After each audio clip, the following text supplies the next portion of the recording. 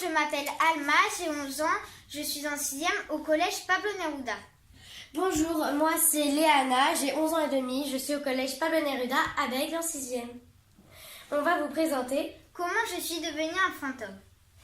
Ce livre a été écrit par Marie Delatude, édité par les éditions Milan en 2001. Ce livre est un format Livre de poche et qui ne contient pas d'illustration. C'est un roman d'aventure fantastique. On vous conseille de le lire entre 10 et 11 ans. Les thèmes traités dans ce livre sont l'amitié, le surréalisme et la recherche de ses origines. François, âgé de 12 ans, est maltraité depuis tout petit par ses parents.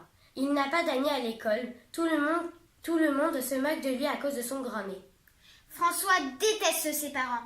Un jour, le 7 juin, il crie des horreurs.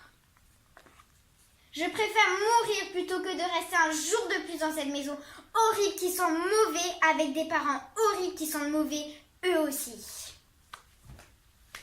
Ses parents le frappent plusieurs fois avec une poêle à frire. François est mort. François va découvrir petit à petit qu'il est devenu un fantôme. Il rencontre d'autres fantômes dans un château abandonné et hanté pas très loin de chez lui. Pour être accepté parmi les fantômes, François va devoir passer le grand oral afin d'avoir ses premiers pouvoirs de novice. Il va devoir affronter des morts vivants pour survivre. François va découvrir que ses parents ne sont pas les Sagramors. Il part donc sur les traces de ses vrais parents. Il va vivre de grandes aventures avec ses nouveaux amis fantômes.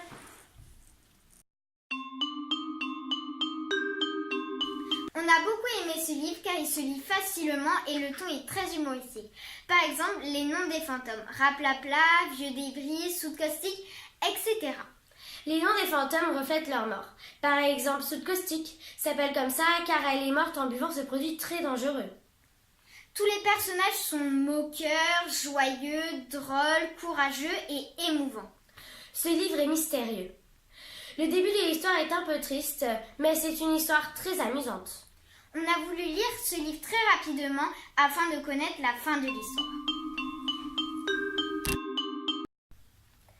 Raplapla a reçu un bloc de ciment sur la tête. Il y a une trentaine d'années. Il passait dans une rue où il y avait des travaux. Me chuchota mi-morceau. Ça l'a rendu très susceptible.